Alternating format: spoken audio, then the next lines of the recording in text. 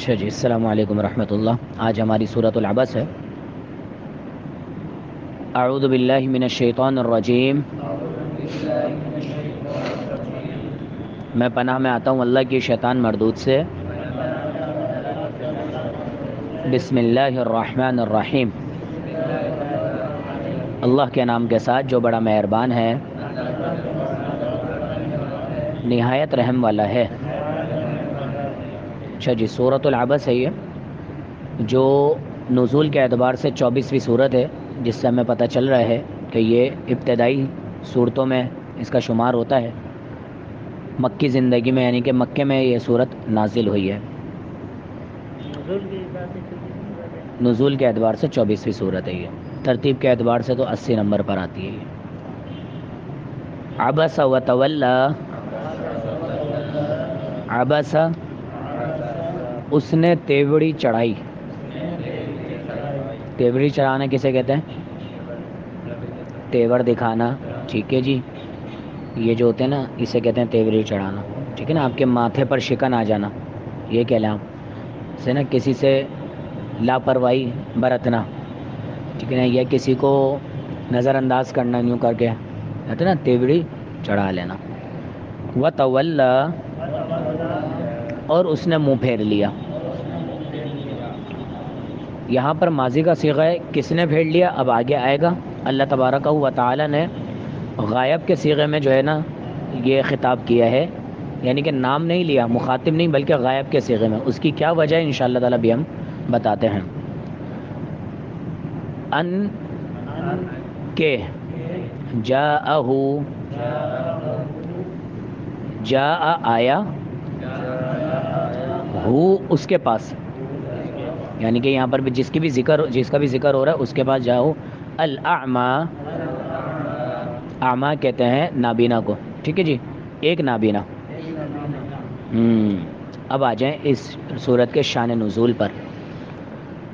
نبی کریم صلی اللہ علیہ وسلم کے پاس ابی بن خلف، ٹھیک ہے نا، مشرکین مکہ میں سے تھے یہ، اور کچھ احادیث میں آتا بھی ہے جبکہ ان کی سند صحیح نہیں ہے، ابو جہل کا اور عتبہ بن ربیعہ کا بھی ذکر آتا ہے۔ یہ مکے کے قبیلوں کے سردار تھے۔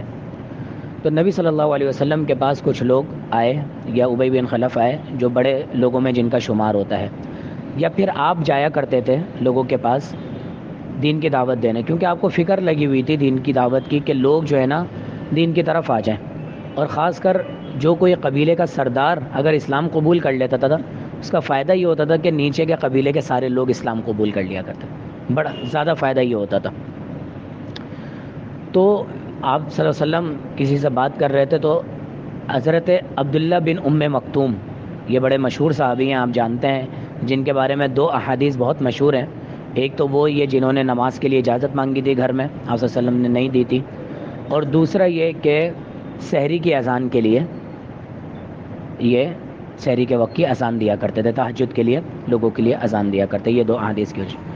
یہ جب آپ کے پاس آئے کچھ سوال کرنے، کچھ مسائل پوچھنے، تو آپ نے تھوڑا سا ان کو نظر انداز کر دیا، ان صحابی کو، جس پر اللہ تبارک و تعالی ناراض ہوا تھوڑا سا، اور اللہ نے بطور ڈانٹ آپ کو جو ہے یہاں پر، یہ اس سے مراد، اس نے سے مراد یہاں پر نبی کریم صلی اللہ علیہ وسلم۔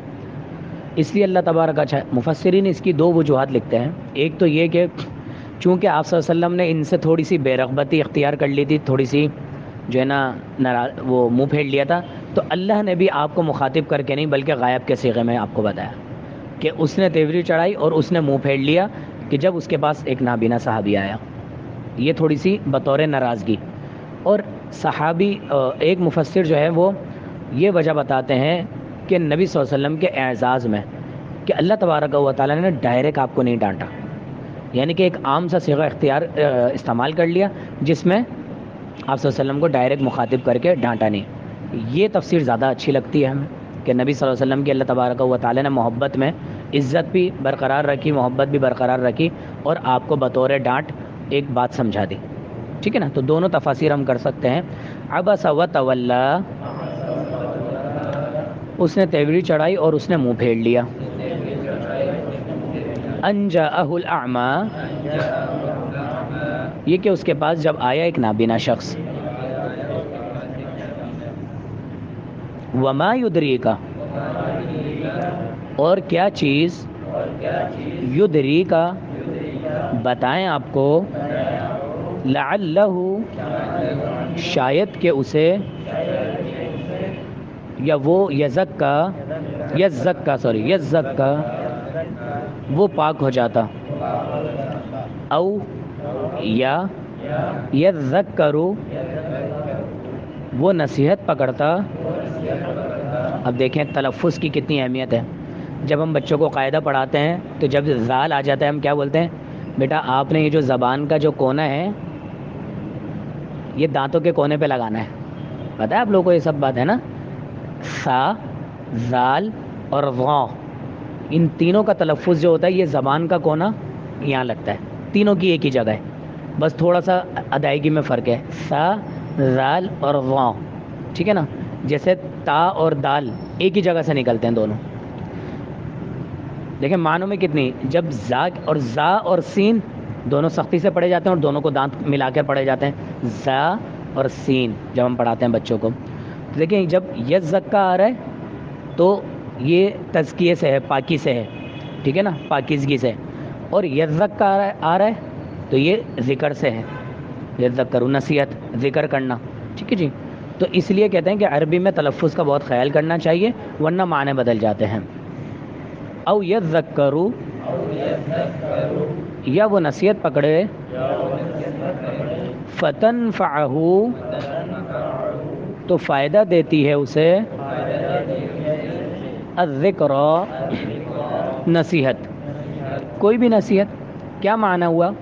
بڑی گہری باتیں ہیں، بہت مشکل الفاظ ہیں، لیکن معنوں کے اعتبار سے اور تفسیر کے اعتبار سے بہت اہم ہے۔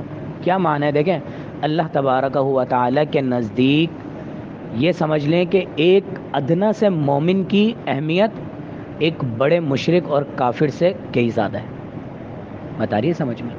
یعنی کہ کوئی بڑا مشرکوں کا وفد بھی آیا ہوا ہو نا، کوئی بڑے جی ٹھاٹ باٹ والے لوگ آئے ہوئے، جی کوئی امیر کبیر شخص آئی ہوئی ہے، کوئی عہدے والے آئے ہوئے ہیں، ٹھیک ہے نا، آپ ان کو ٹائم دے رہے ہیں، لیکن ایک شخص اگر عام سا مسلمان، ایک نابینا صحابی، ایک عام سا مسلمان آ کر آپ سے اگر کوئی سوال کر رہا ہے نا، تو آپ نے ان کی، ایسا نہیں ہے کہ ان کی جگہ جو آپ اس کو نظر انداز کر دو، ہاں یہ تو ہو سکتا ہے کہ آپ جو ہے وہ اس کی جگہ ان کو تھوڑا سا نظر انداز کر دیں۔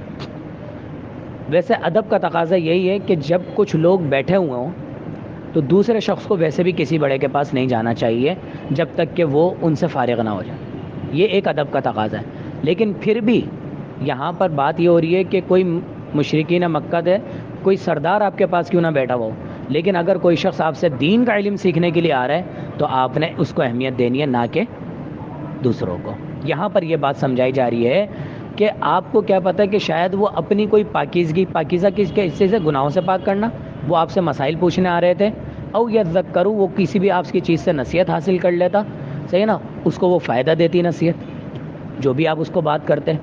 اور وہ مشرکین مکہ جو پکے گھٹے کافر ہیں، وہ تو دین ویسے ہی اپنانے کے اس میں نہیں ہے، حق میں نہیں ہے، ہاں آپ ان کو دعوت دے رہے ہیں، بہت اچھی بات ہے، لیکن جو شخص مسلمان ہو چکے ہیں ان کے اوپر بھی محنت کرنی۔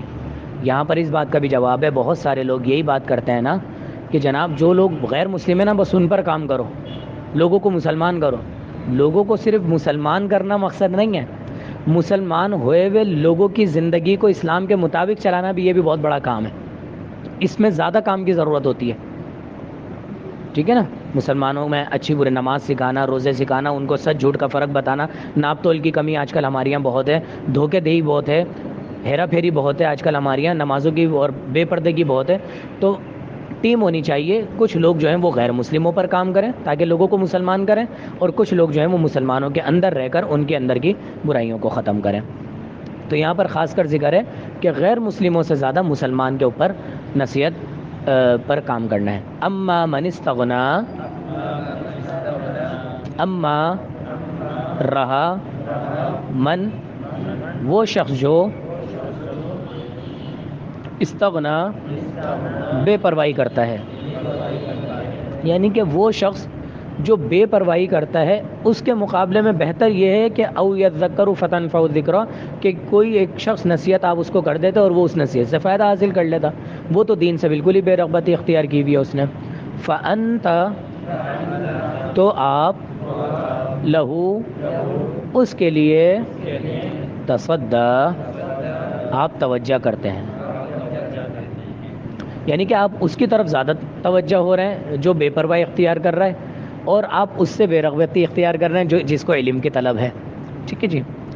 وما علیک، اب دیکھیں یہاں پر ماں کا ترجمہ آ گیا نہیں. ہم نے کل یہی بات کی تھی نا، جب ماں اور ان کے آگے الا آ جائے تو ان کا دونوں اس کا ترجمہ نہیں ہو جاتا ہے. ٹھیک ہے، ویسے ماں کا ترجمہ ہوتا ہے جو یا جو کچھ، لیکن ماں کے آگے اگر الا آ جائے گا تو اس کا ترجمہ ہوگا نہیں.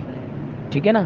وما خلقت الجن والانس الا لیعبدون، نہیں پیدا کیا اللہ تعالیٰ نے جن اور انسان کو مگر اپنے عبادت کے لیے. وما علیک الا، حالانکہ نہیں، علیک آپ پر ہے ذمہ داری،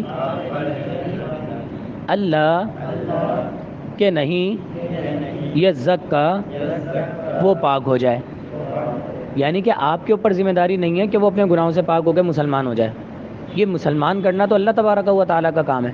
جیسے کہ ابھی ہم نے پچھلی صورت میں سورۃ التکویر کی آخری آیت پڑھی، وما تشاءون الا ان یشاء اللہ رب العالمین.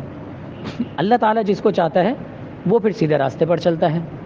تو آپ کے اوپر یہ ذمہ داری نہیں ہے. حالانکہ آپ صلی اللہ علیہ وسلم بہت دکھی تھے، بہت زیادہ دکھی تھے اس چیز سے کہ مسلمان ہو جائیں لوگ، مکے کے تمام قلعہ، لیکن اللہ تبارک و تعالیٰ نے آپ کو بولا کہ آپ اپنے آپ کو اس میں بھلائیں نہیں، آپ اپنے آپ کو ختم نہ کریں. جیسے سورۃ الکہف کی آیت نمبر 5 اور 6 میں ہے.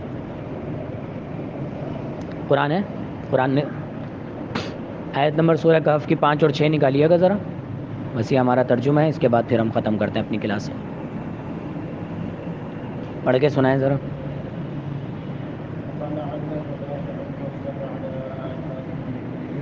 ہاں، فَلَعَلَّكَ بَاخِعٌ نَفْسَكَ عَلَىٰ آثَارِهِمْ إِن لَّمْ يُؤْمِنُوا بِهَٰذَا الْحَدِيثِ أَسَفًا. یہاں پر اللہ تبارک و تعالیٰ نے سورہ کہف کی آیت نمبر 5 میں فرمایا فَلَعَلَّكَ بَاخِعٌ نَفْسَكَ، آپ اپنے آپ کو ان کے پیچھے گھلائیں نہیں، غم کے مارے آپ اپنے آپ کو ختم نہ کریں. یہ کہ یہ ایمان لے آئیں اس چیز کی، اس بات پر جو اللہ تعالیٰ نے نازل کی ہے. یہ تو اللہ تعالیٰ کا کام ہے، جو ہدایت لائے گا، جو ہدایت، تو نبی صلی اللہ علیہ وسلم کو بڑی فکر لگی رہتی تھی.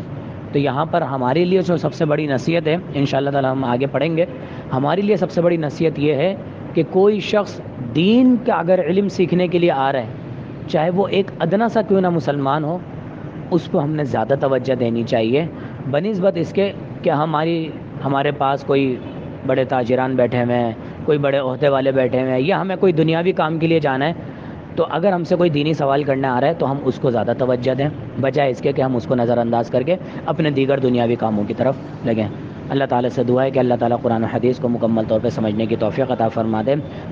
سبحانک اللہم و بحمدک اشہد ان لا الہ الا انت استغفرک و اتوب الیک.